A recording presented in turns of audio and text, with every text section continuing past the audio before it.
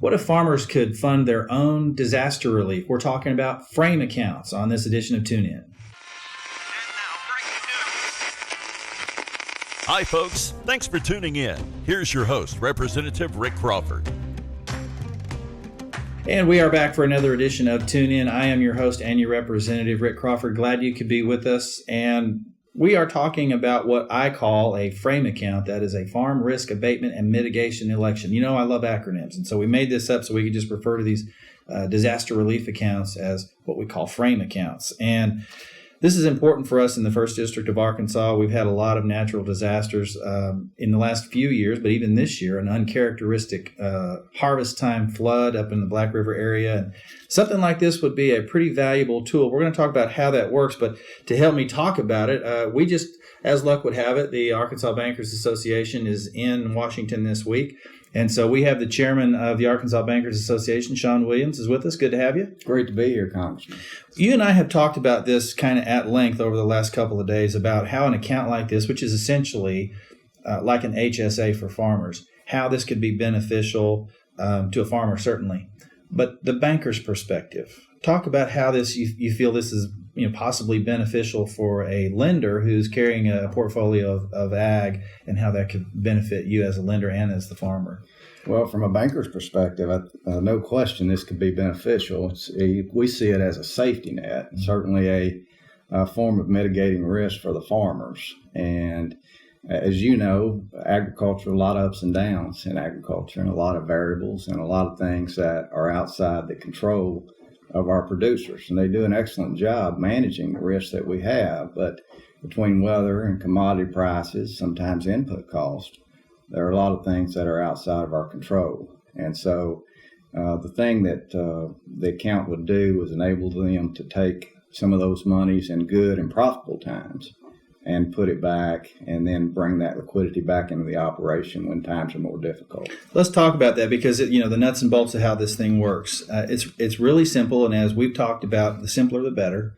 Yes. But we're talking about a tax incentive to put up to $50,000 per year into an account, and it's capped at $250,000. It doesn't mean that you can't fund it at a higher level than $250,000. It's just that you can only receive the tax benefit of $50,000 a year up to $250,000 over a 5-year period. Right. So pretty straightforward there. Pretty straight. So we're trying to incentivize farmers to avail themselves of this type of deal. Now, this is where we want to make sure that people understand you draw it out tax-free as well for the operation of your farm. So, for example, the situation we have this year with flooding, being able to draw on that type of account might make the difference in potentially defaulting on a loan or even possibly going into bankruptcy.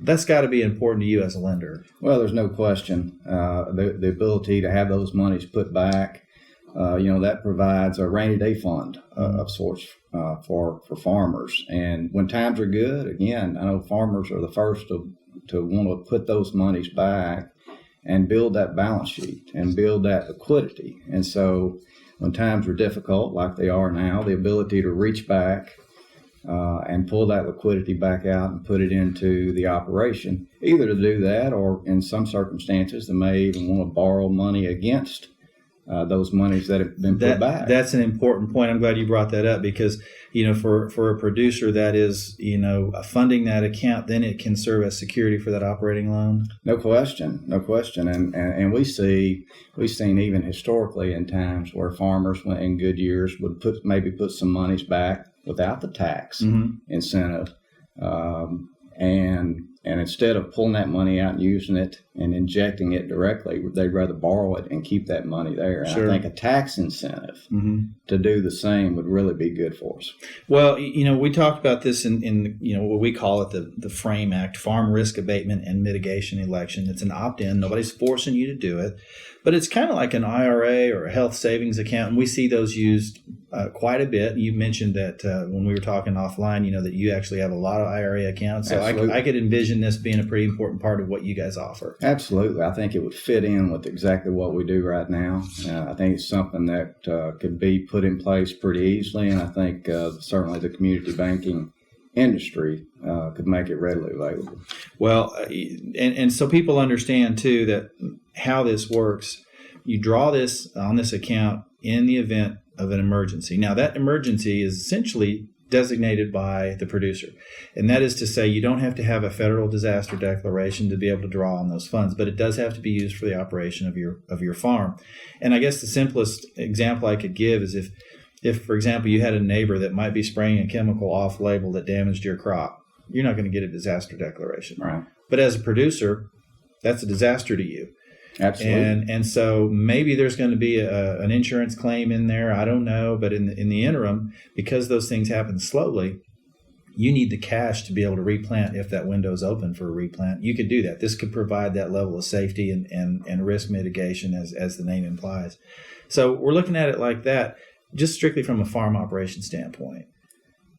Well, I think it's positive. I don't think it can be anything but a positive from a farm operation standpoint. You know, you mentioned whether it might be chemical or certainly in East Arkansas and in Northeast Arkansas. As I think back over the last 4 or 5 years at some of the historical weather events that we've had in isolated areas. Yeah. And so we might not have a countywide disaster, right? But you have sections of land where you have a disaster. Well, interesting phenomenon in the rice producing regions. Unbelievable amount of down rice. Yes. It's everywhere you go. And I know that it had a lot to do with sort of an odd timing of rain and things like that. But that's not going to get a federal designation. But to those farmers, that's a disaster. And this is the kind of thing that we're really, focusing in on with this type of account. Yeah, and I think it's fantastic because we need something like that. As you said, we're not going to get a federal disaster declaration. And sometimes even when we do get help, it's slow. It's either slow or in some cases it's just too late.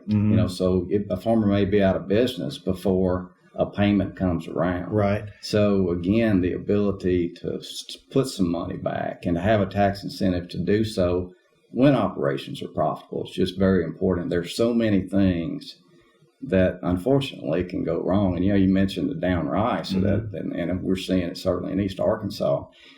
And not only is the rice down, but a lot of blanks in the rice. Oh my goodness, yeah, we're having a real yield problem here with blanks, and I know just an odd set of circumstances this year where we've seen.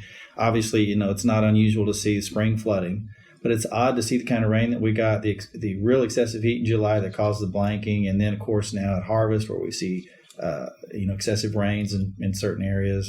It's been an unusual year. It really has, and it's been a challenging year for many of our farmers. Well, Sean, I appreciate you being here, and it just I guess fortuitous that you happen to be in Washington when we decided to drop this legislation, and we appreciate your perspective as a banker. Thanks for being here. Thank you. I appreciate the opportunity and appreciate all the work you're doing for our farmers, Congressman. You bet. Glad to do it. Glad you could join us for this edition of Tune In. Here's a look at this week's Vote Check. Until next time, have a good one.